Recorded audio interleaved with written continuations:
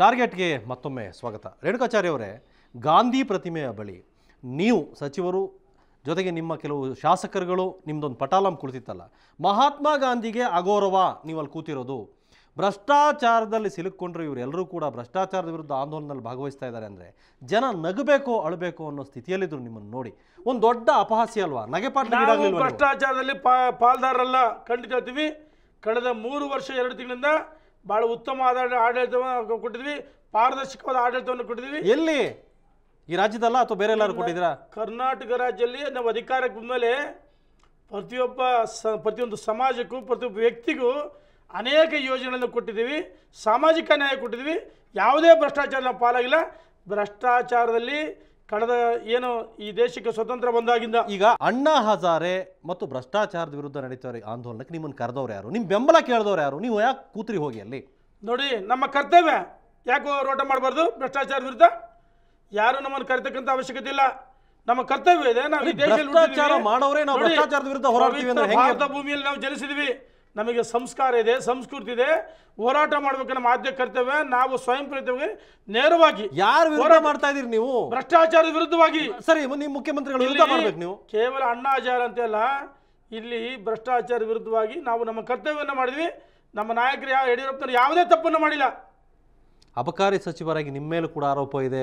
Licence ರಿನ್ಯೂವಲ್ಗೆ rate fix ಮಾಡ್ಕೊಂಡಿದ್ದೀರಿ, 75 ಕೋಟಿ ವಸೂಲಿ ಮಾಡಿದಿರಿ ಅಂತ ಆರೋಪ ನಿಮ್ಮ ಮೇಲಿದೆ. ರೇಣುಕಾಚಾರ್ಯ ಅವರೇ, ಯಾರು ನೀವು ಹೇಳ್ತೀರಿ ನೋಡಿ ಭ್ರಷ್ಟಾಚಾರ ಯಾರು ನನ್ನ ಮೇಲೆ ಆರೋಪ ಮಾಡಿದರೆ? ಎಲ್ಲಿ ಆರೋಪ ಇದೆ, ದಾಖಲೆ ಇದೆ, ಅದನ್ನು ಸಾಬೀತುಪಡಿಸಲಿ.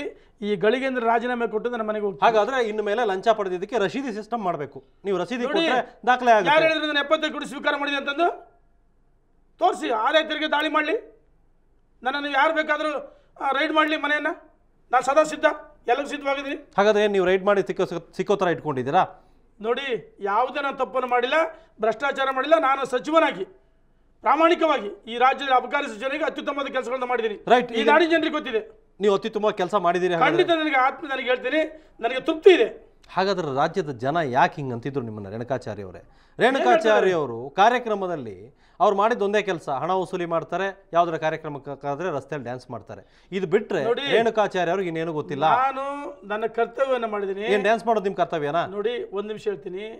ನಾನು ಒಬ್ಬ ಸಚಿವನಾಗಿ ಕೇವಲ ವಿಧಾನಸೌಧದಲ್ಲಿ 5 ದಿವಸ 6 ದಿವಸ ಕುಳಿತರೆ ಈ ಸಮಸ್ಯೆಗಳು ಬಗೆಹರಿದಲ್ಲ. ಇಲಾಖೆ ಪಾರದರ್ಶಕ ಕೆಲಸ ಮಾಡಬೇಕು. ಅಲ್ಲಿ ನಮ್ಮ ಇಲಾಖೆ ಅಧಿಕಾರಿಗಳಿಗೆ ಬೆನ್ನು ತಟ್ಟಿ ಒಳ್ಳೆ ಕೆಲಸ ಮಾಡಿರಿ. ಕಳ್ಳಬಟ್ಟಿ ಇರ್ಬೋದು, ನಕಲಿ ಮದ್ಯ ಇರ್ಬೋದು, ಅದನ್ನು ನಿರ್ಮೂಲನೆ ಮಾಡಬೇಕು. ನಾನೇ ಸ್ವತಃ ದಾಳಿ ಯಾಕೆ ಮಾಡ್ತೀನಿ? ನನ್ನ ಒಬ್ಬ ಇಲಾಖೆ ಅಧಿಕಾರಿಗಳಿಗೆ ಅವರಿಗೆ ಮಾನಸಿಕ ಸ್ಥೈರ್ಯ ಬರಬೇಕು, ಅವರಿಗೆ ಬೆನ್ನು ತಟ್ಟಿ ಮುನ್ನುಗ್ಗಿ ಅಂತ ನಾನು ಹೆಂಗೆ ಸಾಧ್ಯ ಆಗುತ್ತೆ? ದೊಡ್ಡ ಮಟ್ಟದ ಭ್ರಷ್ಟಾಚಾರ ವಿಧಾನಸೌಧದಲ್ಲಿ ಕೇಳಿ ಬರ್ತಾ ಇದೆ, ಮಂತ್ರಿಗಳು ಮುಖ್ಯಮಂತ್ರಿಗಳು ಕೇಳಿ ಬರ್ತಾ ಇದೆ.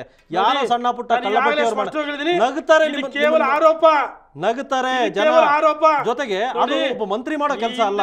ನಿಮ್ಮ ಅಧಿಕಾರಿಗಳು ಏನ್ ಮಾಡ್ತಾ ಇದ್ದಾರೆ? ಅಧಿಕಾರಿಗಳಿಗೆ ಮಾನಸಿಕ ಅವ್ರಿಗೆ ಸ್ಥೈರ್ಯ ಬರಬೇಕು. ನಾನು ಆ ನಿಟ್ಟಲ್ಲಿ ಅವ್ರ ಜೊತೆಗೆ ಇದ್ದೀನಿ. ಇವತ್ತು ನಮ್ಮ ಅಧಿಕಾರಿಗಳಿಗೆ ಕಾರ್ವಿಕೊಳ್ಳ ಇರ್ಬೋದು, ಬೆಳಗಾವಿ ಅನೇಕ ಸ್ಥಳಗಳಲ್ಲಿ ಈ ಕಳಬಟ್ಟಿ ತಯಾರು ಮಾಡ್ತಕ್ಕಂಥ ದೊಡ್ಡ ಗುಂಡಾಪಡೆ ಅವ್ರಿಗೆ ಮೆಟ್ಟಿ ನಿಲ್ಲಬೇಕಂದ್ರೆ ನಮ್ಮ ಅಧಿಕಾರಿಗಳು ಕೇವಲ ಬಡಿಕೆಯಿಂದ ಸಾಧ್ಯವಿಲ್ಲ. ಬೆಳಗಾವಿಗೆ ಹೋದ ಪ್ರತಿಫಲ ಹೋರಾಟ ಆಯ್ತು.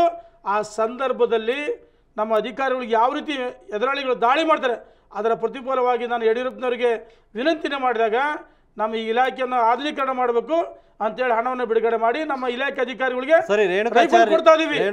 ಅಬಕಾರಿ ಸಚಿವರಾಗೋರ್ಗೆ ನಿಮ್ಮ ಇಲಾಖೆ ಅಧಿಕಾರಿಗಳು ಯಾರು ಕೆಲಸ ಮಾಡ್ತಾ ಇರ್ಲಿಲ್ವಾ? ಇಲಾಖೆ ಅಧಿಕಾರಿಗಳು ಕೆಲಸ ಮಾಡಲಿಲ್ಲ ಅಂತ ಹೇಳಿಲ್ಲ. ನಾನು ಬಂದಾದ ಮೇಲೆ ಇನ್ನೂ ಹೆಚ್ಚು ಚುರುಕಾಗಿ ಕೆಲಸ ಮಾಡಬೇಕು ಅಂತ ಹೇಳಿ, ಪಾರದರ್ಶಕ ಕೆಲಸ ಮಾಡಬೇಕು ಅಂತ ಹೇಳಿ ಆ ನಿಟ್ಟಿನಲ್ಲಿ ಪ್ರವಾಸ ಮಾಡ್ತಾ ಇದ್ದೀನಿ. ನಾನು ಎಲ್ಲಿ ಮಾಡ್ತಾ ಇದ್ದೀರಿ ನೀವು? ನಾನು ನನ್ನ ಕರ್ತವ್ಯವನ್ನು ಮಾಡ್ತಾ ಇದ್ದೀನಿ. ಸಚಿವರಾಗಿ ಯಡಿಯೂರಪ್ಪನವರನ್ನ ಅವರನ್ನು ಹೊಗಳುವ, ಅವರನ್ನ ಸಮರ್ಥಿಸಿಕೊಳ್ಳುವ ಕೆಲಸ ಬಿಟ್ಟರೆ ನೀವು ಇನ್ನೇನು ಮಾಡ್ತಾ ಇಲ್ಲ. ಓಲೈಕೆ ಬೇಕಾಗಿಲ್ಲ, ಹೊಗಳು ಬಿಟ್ಟರು ಬೇಕಾಗಿಲ್ಲ. ಯಡಿಯೂರಪ್ಪನವರು ಅಧಿಕಾರಕ್ಕೆ ಬಂದ ಮೇಲೆ ಅವರು ತಮ್ಮ ಕರ್ತವ್ಯವನ್ನು ಮಾಡ್ತಾ ಇದ್ದಾರೆ. ಏನ್ ಕರ್ತವ್ಯ ಹೇಳಿ ಹೋಗ್ಲಿ? ಏನ್ ಕರ್ತವ್ಯ ಆಗಿದೆ? ಈ ನಾಡಿನ ಅನೇಕ ಜನಪರವಾದ ಕೆಲಸಗಳನ್ನು ಮಾಡಿಲ್ಲ.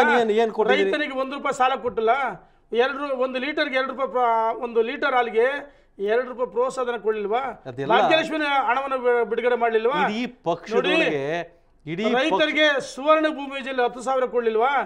ಈ ರೀತಿ ಪಟ್ಟಿ ಮಾಡಿ ಹೇಳ್ತಾ ಹೋದ್ರೆ ಸಾವಿರಾರು ಯೋಜನೆಗಳನ್ನು ಕೇವಲ ಘೋಷಣೆ ಮಾಡಲಿಲ್ಲ, ಹಣವನ್ನು ಬಿಡುಗಡೆ ಮಾಡಿ ಪ್ರತಿಯೊಬ್ಬ ಫಲಾನುಭವಿಗಳಿಗೆ ವೈಯಕ್ತಿಕವಾಗಿ ಮನೆ ಬಾಗಿಲಿಗೆ ತಲುಪಬೇಕು ಅಂತ ಕೆಲಸವನ್ನು ನಮ್ಮ ನಾಯಕರು ಯಡಿಯೂರಪ್ಪನವರು ಮಾಡಿದ್ದಾರೆ. ಸರಿ, ಹಾಗಾದ್ರೆ ಇಡೀ ರಾಷ್ಟ್ರದ ಬಿಜೆಪಿ ನಾಯಕರುಗಳು, ನಿಮ್ಮ ಸಚಿವ ಸಂಪುಟ, ನಿಮ್ಮ ಶಾಸಕರು ಎಲ್ಲ ಹಾಡಿ ಹೊಗಳಬೇಕಿತ್ತಲ್ಲ, ನೋಡಿ ಎಲ್ಲಿದ್ದಾರೆ? ಯಡಿಯೂರಪ್ಪನವರ ಬಗ್ಗೆ ನಮ್ಮ ವರಿಷ್ಠರಿಗೆ ಬಹಳ ಅಭಿಮಾನ ಇದೆ.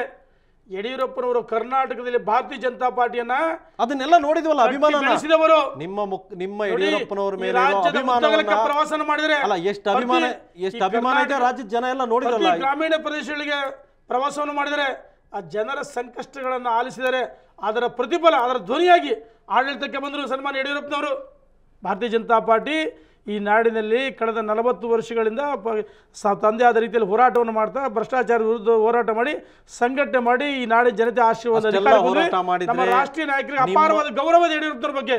ನಿಮ್ಮ ಪಕ್ಷನೇ ನಿಮಗೆ ಅವಕಾಶ ಕೊಡ್ತಿತ್ತು, ಹೋಗಿ ಪಕ್ಷದ ಬಾವುಟ ಇಟ್ಕೊಂಡು ನೀವು ಭ್ರಷ್ಟಾಚಾರದ ವಿರುದ್ಧ ಆಂದೋಲನದಲ್ಲಿ ಭಾಗವಹಿಸಿ. ಪಕ್ಷಾತೀತವಾಗಿ ಹೋರಾಟ ಮಾಡಿದ್ವಿ. ಪಕ್ಷಾತೀತ ಅಂದ್ರೆ ಏನದು ರೇಣುಕಾಚಾರ್ಯ? ಶಾಸಕರು ಮಂತ್ರಿಗಳು ಕೂತಿದ್ದೀರಿ, ಪಕ್ಷಾತೀತ ಏನದು?